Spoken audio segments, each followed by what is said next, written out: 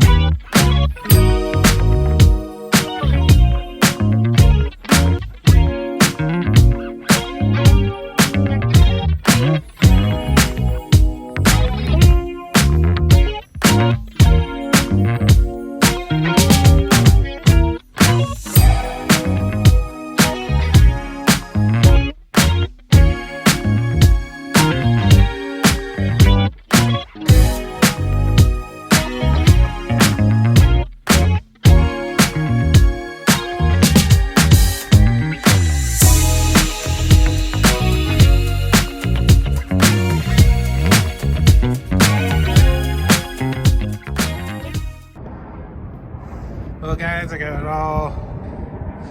all secured, so it goes through the hook. So looking pretty good to me. Let's go around the other side, see what we got. So same type of deal through the hook. This one only has the single tie down in the front, so just a binder fit. So yeah, looks like we're ready to go. So we're in Irving, Texas. We're gonna head down to Round Rock and drop these off and head back. So hope you guys enjoy the ride. All right, guys, let's get on the way.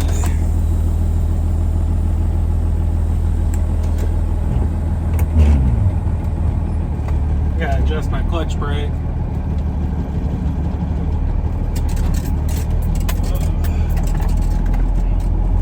So those skid steers weigh 3,500 pounds each, and then that little thing probably weighs 1,000 pounds. So we got about 8,000 pounds on deck, which should make the truck ride pretty good on the way there. It will mean that I have to be a little bit slower on turns and stuff, just because it starts to get top heavy when I load a lot on the deck. It really gets worse above 10,000 pounds, but sure that will do a little bit.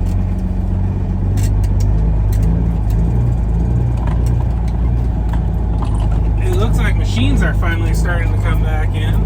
I have 2 loads of machines this week, which is great. I prefer moving machines 10 to 1 over moving those pipes, but when the machines aren't moving, I'll move whatever if it pays, and especially if I can't get machines. But that is my favorite thing to move, is equipment.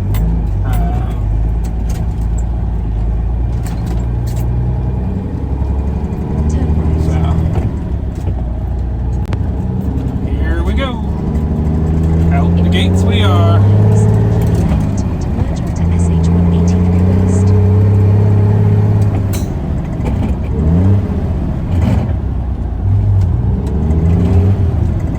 Gear.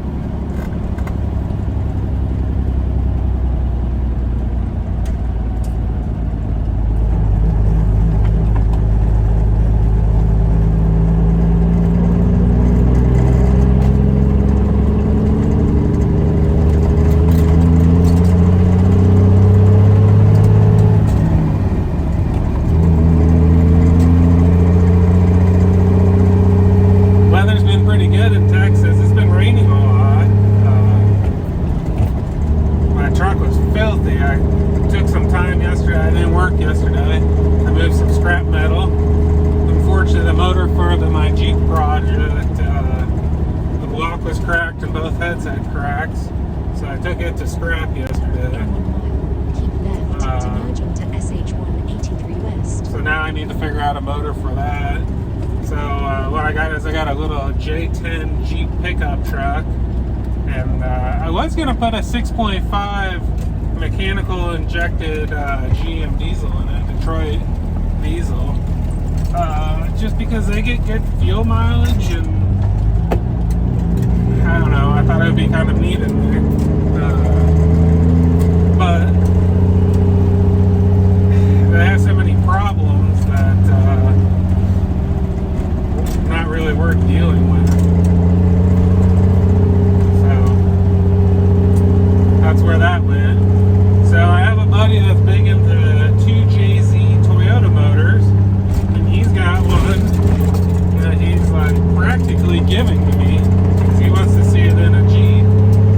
I think it would be really neat, but I'm having a problem finding a flywheel transmission adapter to work with my transmission. I'm running an NV 4500 in that truck, and it's got a Chevy bell housing on it. It came off that 6.5, so I don't know. See if I could make something work there. It'd be pretty neat if I could. The other option is I know of I have another buddy that has an LS1, and that'd probably be the best choice, honestly, for that truck, because that transmission would bolt up to the motor, factory clutch, factory everything. There's people making motor mounts to bolt them right into those trucks, so it'd be the least amount of work.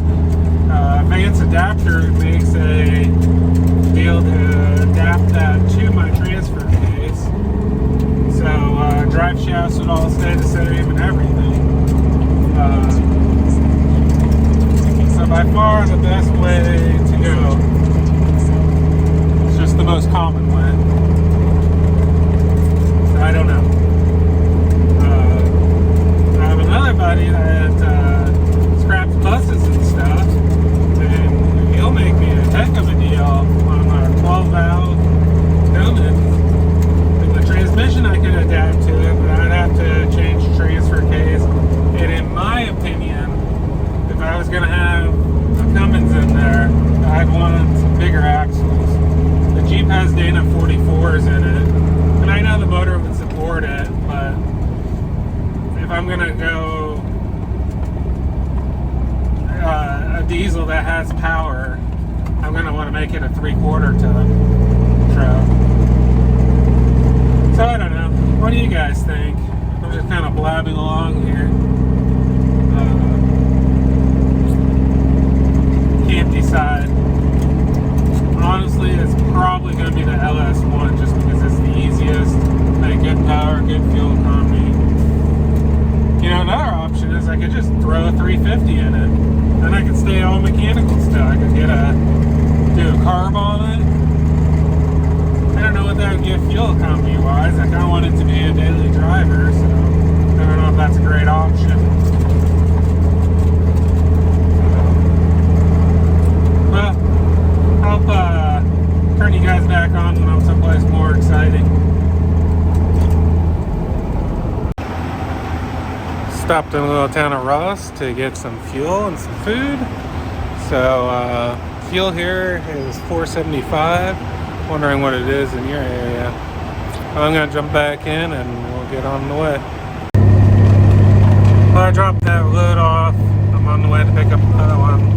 Kind of sucks is I didn't know the machines were gonna end up in Selma, which is on the way to where I'm picking up the machine to come back. I'm actually gonna pass it,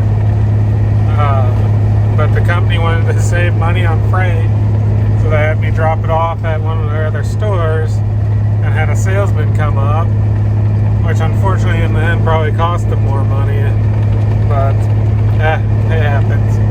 So yeah, we're almost to San Marcos now, and then we'll head across to hit a town called Marion, and pick up. I tried to get some filming there. It's where Vermeer rebuilds all their stuff, and they do some neat stuff there. I'll see if I can get some good footage while I'm there. Well, it happened too fast to get on video, but I got another mini skid steer. It's going back up to Dallas area, and this is what this place is about. They completely disassemble Vermeer equipment. And I think they do a couple other things too, and rebuild it to like new condition. I mean, they take every nut and bolt off. They do an amazing job. But yeah, it's just their rebuild facility. I believe that they get a warranty, like a new machine again once they're done too. So it's kind of a cool deal, kind of recycling. Happy to see this stuff. Of course, it's got to be the bigger machines, otherwise it just doesn't make sense. But I'm gonna jump back in the truck. So yeah, I mean, I did a really good job. I don't have much new right now because it's hard to get equipment, so anything new or that they redo gets snatched up. But just thought I'd show it. So something about Texas, I don't know if you guys have in your state, but check out that speed limit sign. Yeah, some of the roads, there's this toll road that goes 10 like San Antonio through Austin, and then there's a road 20 that's half that speed limit. 20 might only be 80, but yeah, 85 mile an hour speed limit on this road. My truck don't do 85, but it's nice to run it. This road is expensive to run though. But for you guys that ever gone through Austin, you might think it's worth running it. So yeah, I'll come back when something else is going on. There's the Tesla factory.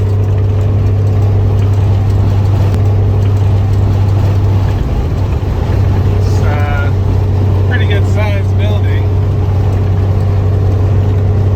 but yeah, that's where all the Teslas are made now.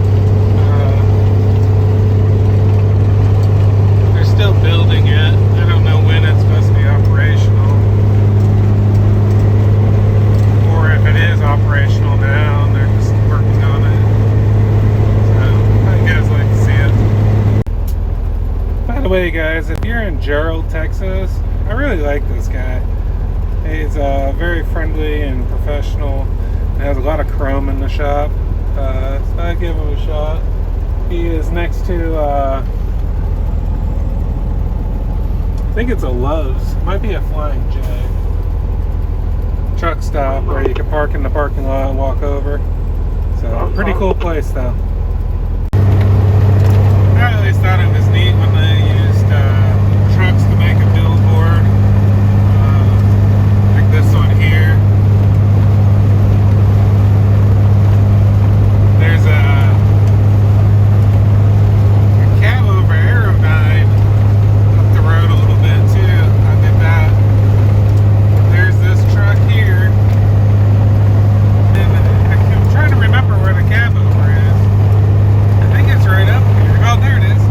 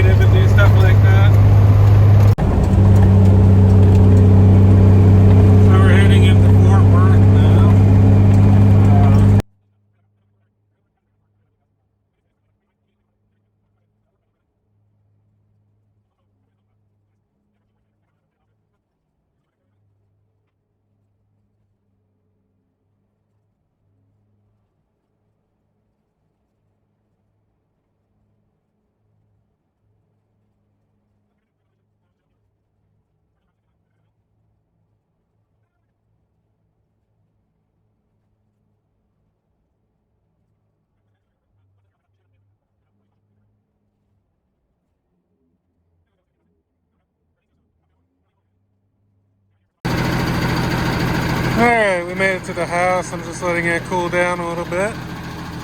So in the morning I'll go drop it off at my customer and that'll be it. But I hope you guys liked the video, and please don't forget to hit the like button and leave a comment. I love the comments. And I'll catch you guys on the next video. Thanks.